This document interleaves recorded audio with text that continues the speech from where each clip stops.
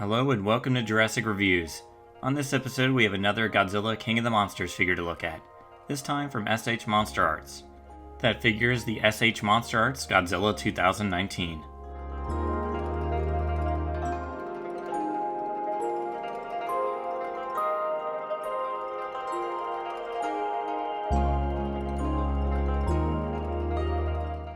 Before we begin, here's a look at the box it comes in. Here's the front of the box.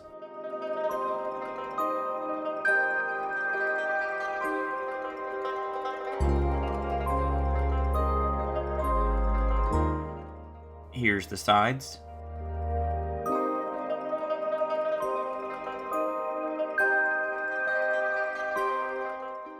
And here's the back of the box.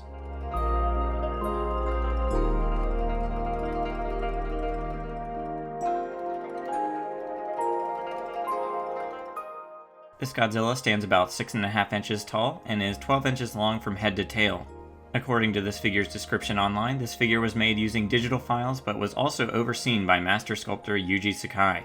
Yuji Sakai also sculpted the 2014 version, though I didn't think they used digital files for that.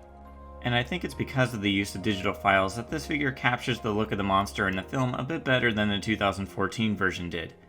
I don't have the original version, but I do have the Spitfire, and the head on it always looked a little off to me. It was still a great figure, but I think the NECA version was more screen accurate. Just like the Spitfire version, there's a ton of detail on this figure. Everything from the dorsal plates to the scales along its legs and arms look fantastic. Speaking of the dorsal plates, they are one of the obvious design changes from the 2014 and 2019 versions, and they look great.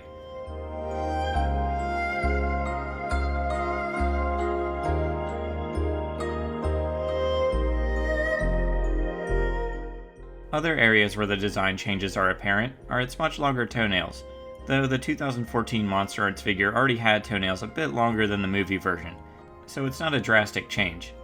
And then there's the tail, where the 2019 version has a more traditional Godzilla tail, instead of a whip-like tail found on the 2014 version.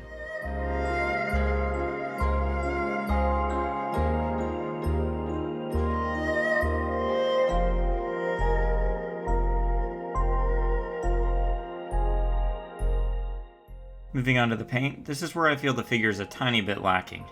Let's start with the head first, which I think is actually okay on my figure. The eyes appear to be lined up for the most part. He doesn't look nearly as insane as my NECA 2019 does, but head on it does look a little off. But the eyes are so tiny on this one it's hard to notice. These eyes also sport a yellow paint job. The teeth are painted white and look pretty good. They aren't really messy at all. The mouth and tongue are painted red, and again like the teeth, they are painted cleanly.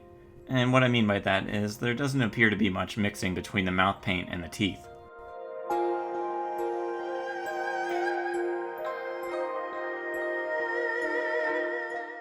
Moving on to the body, it's mostly a dark charcoal gray. This paint job really is flat to me, like it's missing some highlights to make it pop a bit more. Comparing it to the NECA version side by side, you'll see what I mean. Though, to be fair, NECA's might be a bit extreme, especially the dorsal plates. But still, I feel the MonsterArts version could use just a little something more to make all of its awesome details stand out.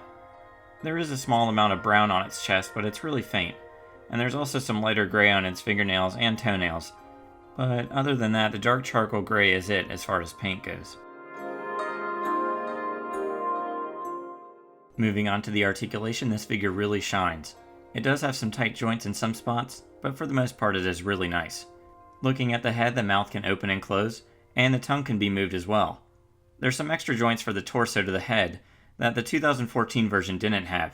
This one has 6 points of articulation in total there, allowing you to bend its neck and head to where it's almost looking straight up. This was done so you could pull off the shot from the movie where Godzilla blasts his atomic breath straight up into the air. To completely capture this, they also included an atomic breath accessory and replacement lower jaw to attach the breath piece to. This is much different than past SH MonsterArts atomic breath effect pieces, which relied on stands to hold them up. This is more similar to NECA's, where you just attach the piece directly into the mouth. This effect piece looks similar to the 2014 Spitfire version, and looks great when attached. Unfortunately, I can't get mine to look completely straight up with the piece in, but it's still pretty high. Not sure if mine's just tight or I'm just bad at this. Regardless, he looks awesome with the piece in.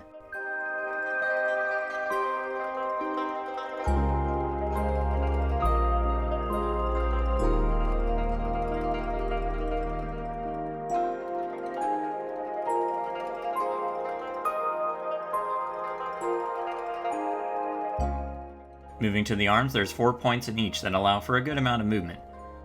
The right arm on mine is a bit stiff, but I think it'll get loosened up in time. The fingers can't be individually moved, but there is a ball joint for each hand that gets the job done.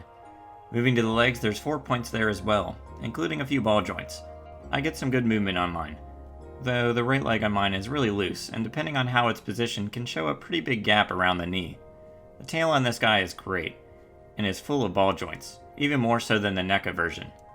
The end of mine does like to pop off a lot, but that's always a potential problem with some of these highly articulated figures. Tails are an area where these MonsterArts figures always seem to excel, and this one is no exception. Before I give my score for this figure, let's do some quick comparisons. Here it is with the NECA Godzilla 2019.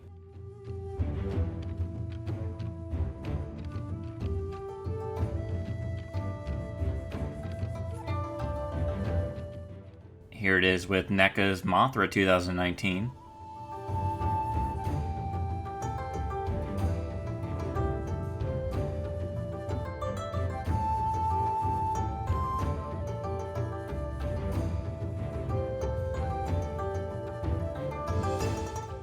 Here it is with the NECA Godzilla 1962.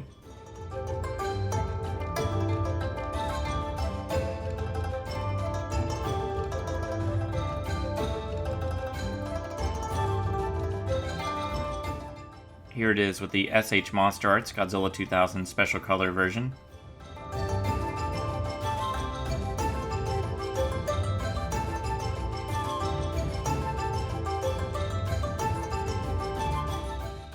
And finally, here it is with a bunch of my different legendary Godzillas.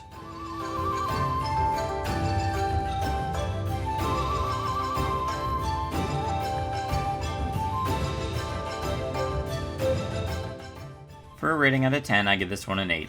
The sculpt is awesome and the articulation is top notch.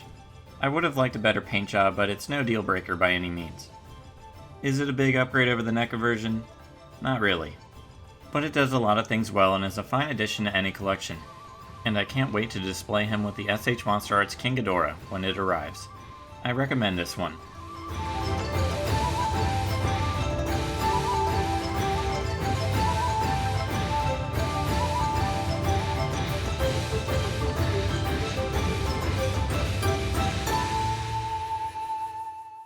And that does it for the SH MonsterArts Godzilla 2019. If you enjoyed this video, feel free to subscribe. Thanks for watching and see you next time.